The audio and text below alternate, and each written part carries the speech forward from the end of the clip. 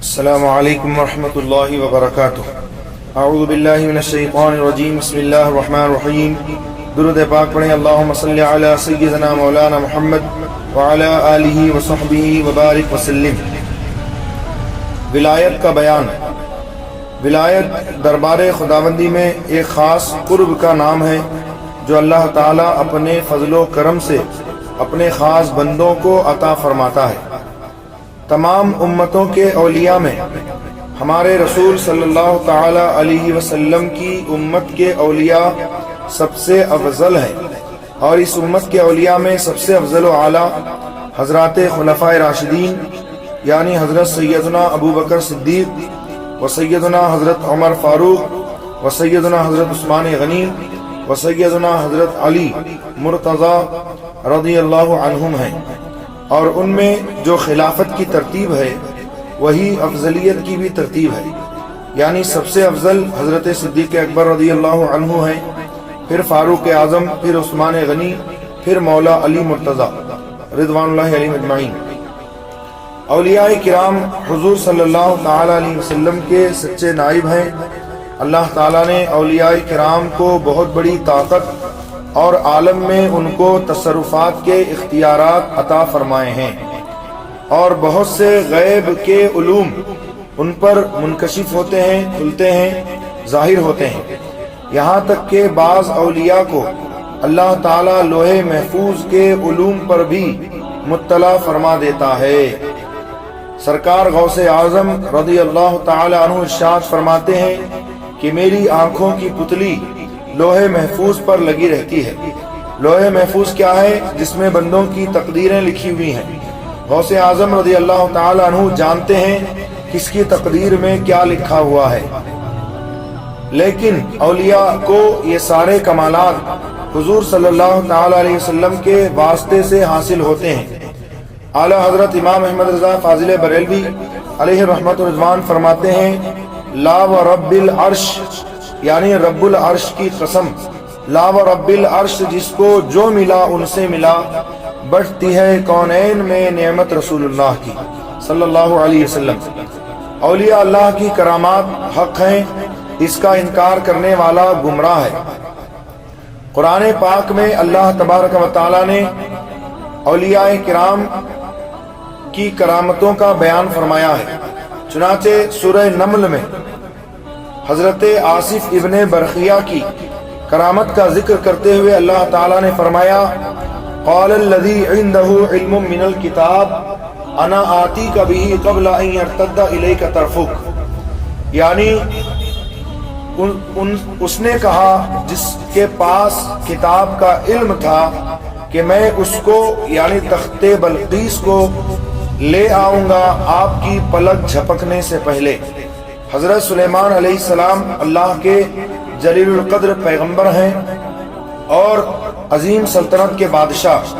انہوں نے فرمایا کہ کون ہے جو ملکہ بلقیس کے میری بارگاہ میں آنے سے پہلے پہلے اس کا تخت جو تقریباً 80 گز لمبا اور 30 گز چوڑا ہیرے موتیوں سے جڑا ہوا بہت وزنی تخت ہے، اور کئی 100 میل کی دوری پر وہ تخت رکھا ہوا ملکہ بلقیس کے پاس کون لے آئے گا؟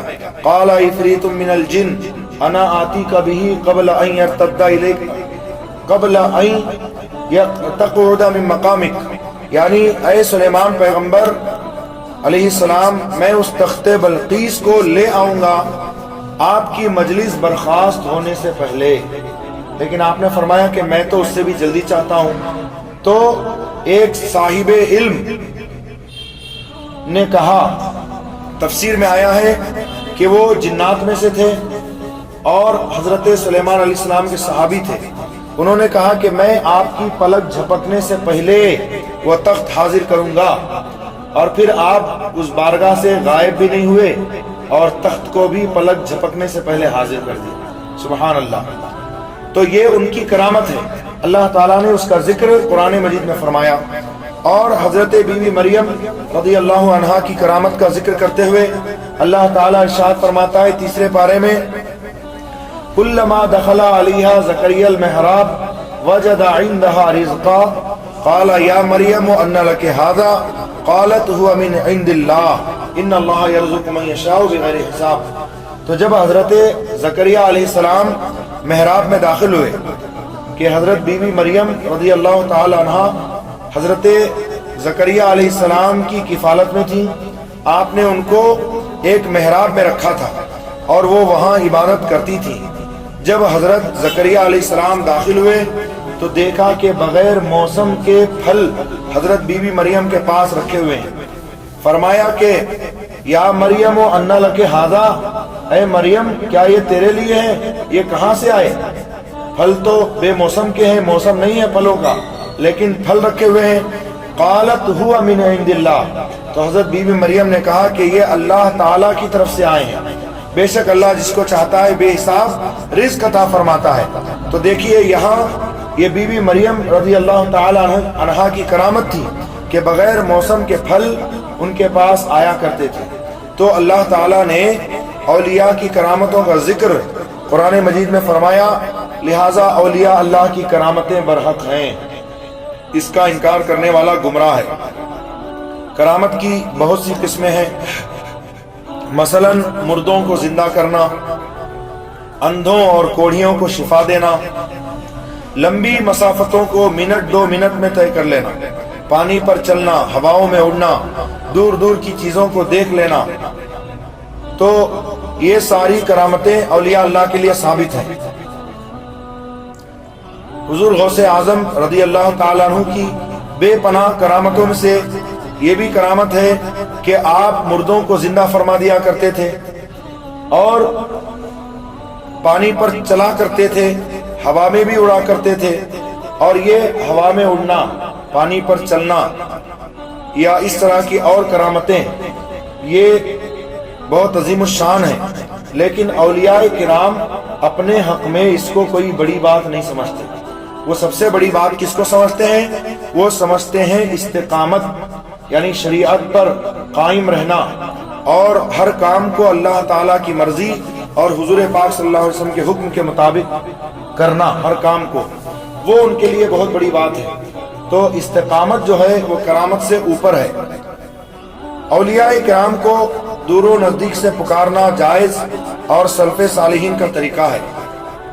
اولیاء کرام اپنی اپنی قبروں میں زندہ ہیں اور ان کا علم اور ان کا دیکھنا، ان کا سننا دنیاوی زندگی سے قوی ہوتا ہے، مضبوط ہوتا ہے۔ لہٰذا جب وہ اس دنیا سے چلے جاتے ہیں تو ان کی طاقت و قوت اور بڑھ جاتی ہے۔ اولیاء کرام کے مزارات پر حاضری مسلمانوں کے لیے باعث سعادت و برکت ہے، اور ان کی نیاز و فاتحہ اور ایصال ثواب یعنی ان کی روحوں کو ثواب پہنچانا مستحب اور خیر و برکت کا بہت بڑا ذریعہ ہے۔ اولیاء کرام کا عرس کرنا یعنی لوگوں کا ان کے مزاروں پر جمع ہو کر قرآن خوانی، فاتحہ خوانی، نعت خوانی، واعظ و ایصال ثواب، یہ سب اچھے اور ثواب کے کام ہیں۔ ہاں البتہ جو عرسوں میں خلاف شریعت کام ہونے لگے ہیں، مثلا قبروں کو سجدہ کرنا، عورتوں کا بے پردہ ہو کر مردوں کے مجمع میں گھومتے پھرنا، عورتوں کا ننگے سر مزاروں کے پاس جھومنا، چلانا، سر پٹک پٹک کر کھیلنا کودنا، اور مردوں کا تماشا دیکھنا، باجا بجانا، ناچ کرانا، یہ سب خرافات ہر حالت میں برے اور ممنوع ہیں اور ہر جگہ منع ہیں، اور بزرگوں کے مزاروں کے پاس اور زیادہ برے ہیں۔ لیکن ان خرافات و ممنوعات کی وجہ سے یہ نہیں کہا جا سکتا کہ بزرگوں کا عرس حرام ہے۔ جو حرام اور ممنوع کام ہیں ان کو روکنا لازم ہے۔ ناک پر اگر مکھی بیٹھ گئی تو مکھی کو اڑائیں گے، ایسا نہیں کہ ناک ہی کو کاٹ ڈالیں۔ تو بھئی اولیاء کرام کے مزارات پر اس طرح کے کام ہو رہے ہیں تو ان کاموں کو روکا جائے گا، عرس کو بند نہیں کیا جائے گا۔ عرس کیا ہے؟ اولیاء کرام کی بارگاہوں میں حاضر ہونا، ان کے مزارات پر قرآن خوانی کرنا، نعت خوانی کرنا، ایصال ثواب کرنا، غریبوں کو کھانا کھلانا، ان کی شان بیان کرنا، واعظ و نصیحت کی محفلیں منعقد کرنا، یہ ہے عرس کی اصل۔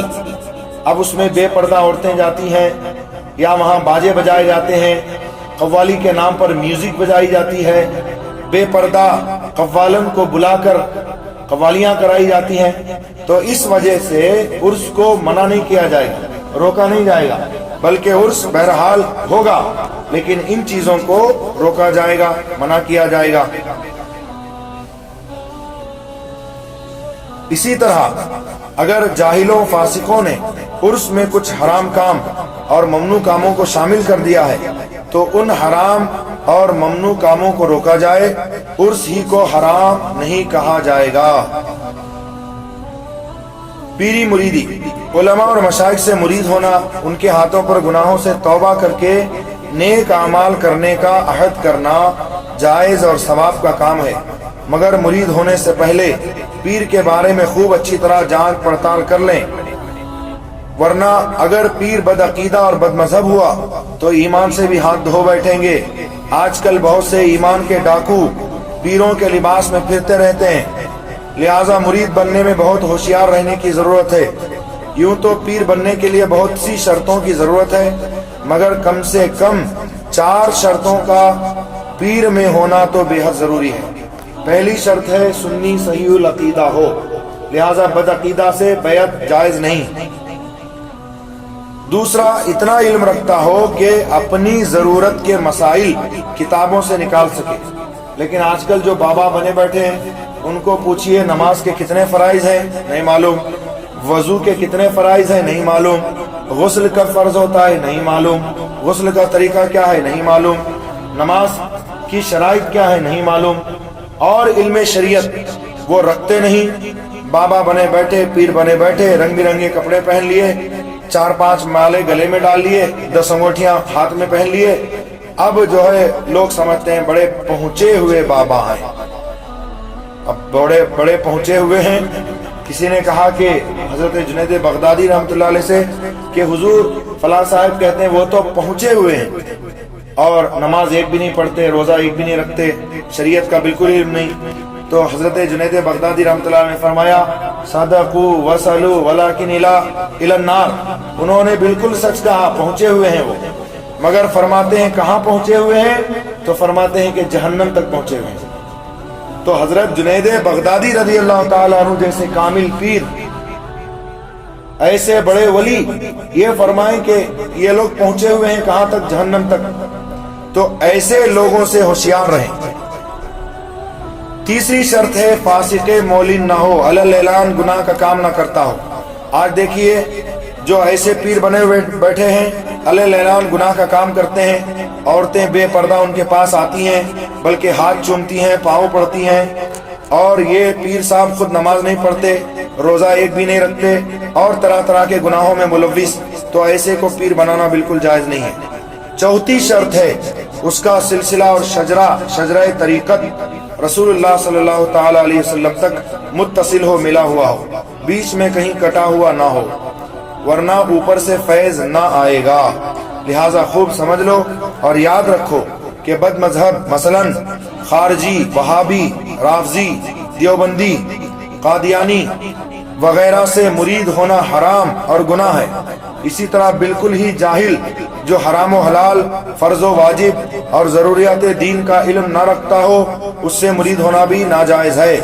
یوں ہی نماز روزہ چھوڑنے والا، داڑھی مڈانے والا، یا حد شریعت سے کم داڑھی والا، یا گناہ کبیرہ، بڑے بڑے گناہ اور خلاف شریعت اعمال کرنے والا بھی پیر بنانے کے لائق نہیں، اور ایسے فاسق سے مرید ہونا بھی درست نہیں بلکہ گناہ ہے۔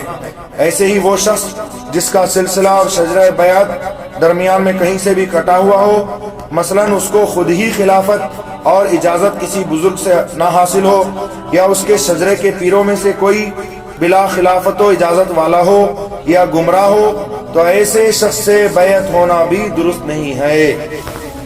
اللہ تعالیٰ اپنے حبیب علیہ الصلوۃ والتسلیم صدقے ہم سب کو کامل پیروں کا دامن تھامنے اور احکام شرعیہ پر عمل کی توفیق عطا فرمائے، اور بے شرع جاہل پیروں سے بچنے کی توفیق عطا فرمائے۔ وما علینا الا البلاغ المبین، وآخر دعوانا الحمدللہ رب العالمین۔ استغفر اللہ ربی من کل ذنب واتوب الیہ، لا الہ الا اللہ محمد رسول اللہ صلی اللہ علیہ وآلہ وسلم۔ امید کرتا ہوں آپ حضرات اس درس کو خود بھی سنیں گے اور دوستوں احباب کو شیئر کریں گے۔ فجزاکم اللہ تعالی احسن الجزاء، والسلام